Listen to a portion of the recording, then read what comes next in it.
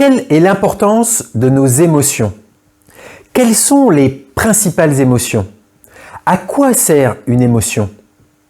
Comment pouvons-nous apprendre à gérer nos émotions de manière efficace?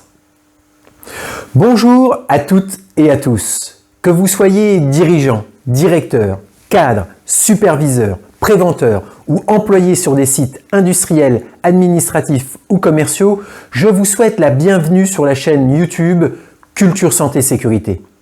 Je suis David Voluère, fondateur et dirigeant de Culture Santé et Sécurité.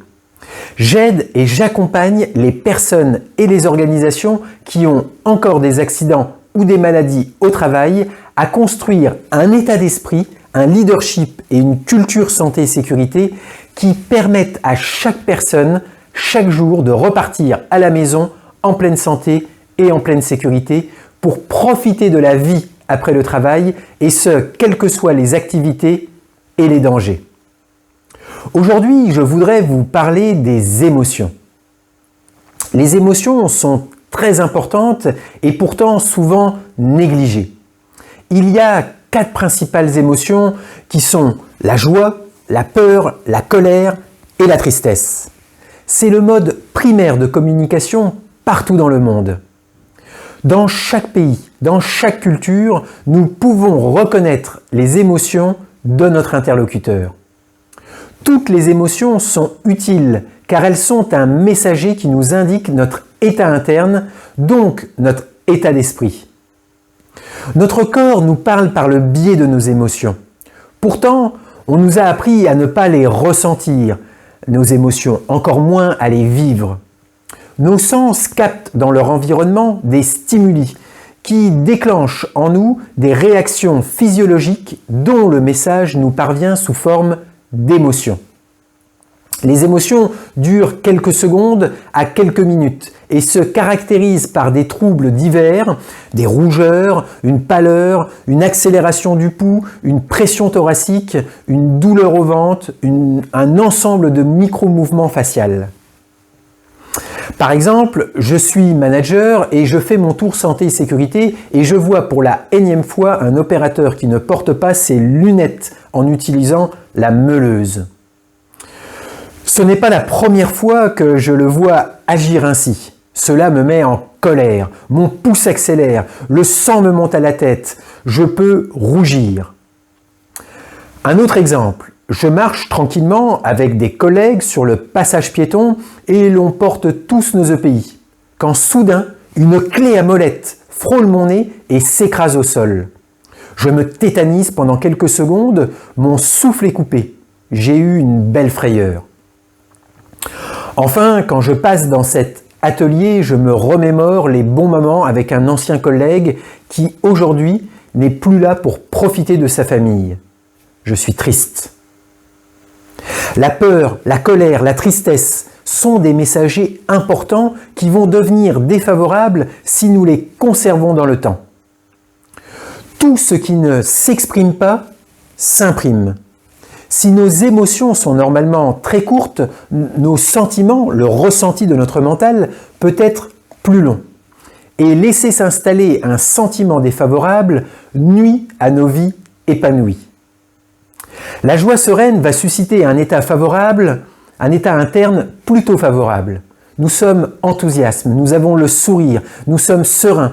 Elle génère donc un état d'esprit plutôt favorable qui nous permet de réaliser nos objectifs. Comment répondre à nos émotions pour éviter qu'elles ne deviennent défavorables?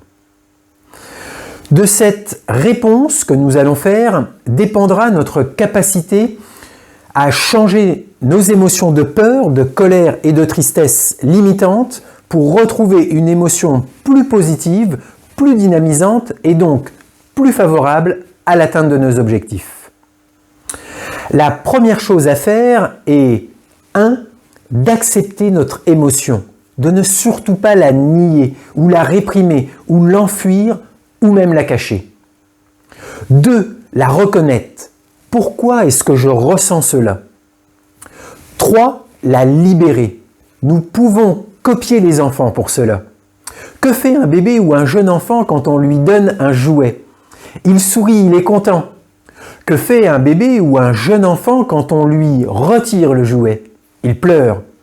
Que fait un bébé ou un jeune enfant quand on lui redonne le jouet? Il sourit, il est content. Les bébés et les enfants passent d'une émotion à une autre en les vivant pleinement. Malheureusement, nous ne sommes plus des bébés ou de jeunes enfants. De plus, nous vivons avec des règles de vie dites civilisées. Nous ne pouvons pas exprimer nos émotions aussi facilement. Cela ne signifie pas que nous ne pouvons pas trouver des moyens pour exprimer nos émotions. Nous pouvons, par exemple, nous isoler pour vivre pleinement nos émotions. Toutes les émotions réprimées ou niées s'accumulent dans notre corps et créent des zones d'inflammation qui généreront des douleurs, voire même des maladies à long terme. Alors libérez vos émotions sous une forme convenable, mais libérez-les. 4. La dernière étape est de répondre aux besoins de l'émotion. L'émotion vient du latin ex movere, qui signifie faire mouvement. L'émotion est une énergie en mouvement. L'émotion nous invite à poser une action pour répondre à un besoin. Quels sont les besoins exprimés par chaque émotion? La peur exprime une insécurité. Une réponse appropriée sera la sécurité ou de poser des actions prudentes. La colère exprime une valeur qui est non respectée par quelqu'un. Elle exprime un besoin de justice et d'évacuation des frustrations. Nous pouvons par exemple refixer des limites pour les autres et nous-mêmes. La tristesse est un besoin de retrait ou de réconfort. La joie est un besoin de partage et de cohésion. Répondre aux besoins de l'émotion permet de s'en libérer, de lâcher les frustrations, de libérer notre corps et aussi de poser une action. Les émotions nous invitent à poser une action et à retrouver un état de sérénité, de joie et d'énergie. Voilà, dans cette vidéo, nous avons découvert l'importance des émotions. J'espère que cela vous aidera à mieux connaître vos émotions et surtout à mieux les gérer. Les émotions sont des messagers de notre organisme. Notre corps nous parle avec les émotions. Nous pouvons apprendre à les accepter et à les reconnaître. Nous pouvons aussi apprendre à nous en libérer de manière convenable afin d'éviter leur accumulation néfaste sur notre organisme. Enfin, nous pouvons apprendre à répondre aux besoins de nos émotions. Chaque émotion nous invite à poser une action pour répondre à un besoin. À vous de jouer maintenant. Savez-vous identifier vos émotions? Savez-vous vous en libérer? Savez-vous répondre de manière convenable à vos émotions? Comment communiquez-vous sur les émotions dans votre organisation?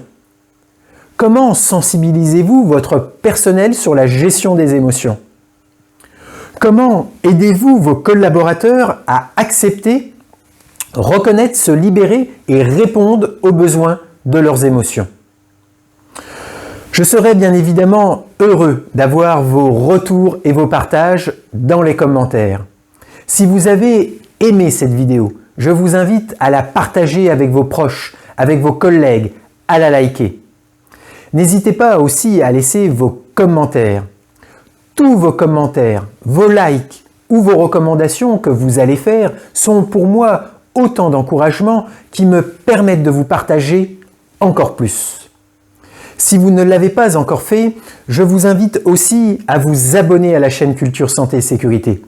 Je vous réserve de nombreuses surprises pour développer votre santé, votre sécurité, ainsi que celle de votre organisation. Je vous dis à très bientôt pour la prochaine vidéo. Je vous souhaite tout le meilleur.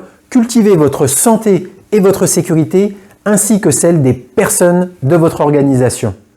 Soyez prudentes, soyez prudents, prenez bien soin de vous, de votre famille et de vos collègues. À très bientôt.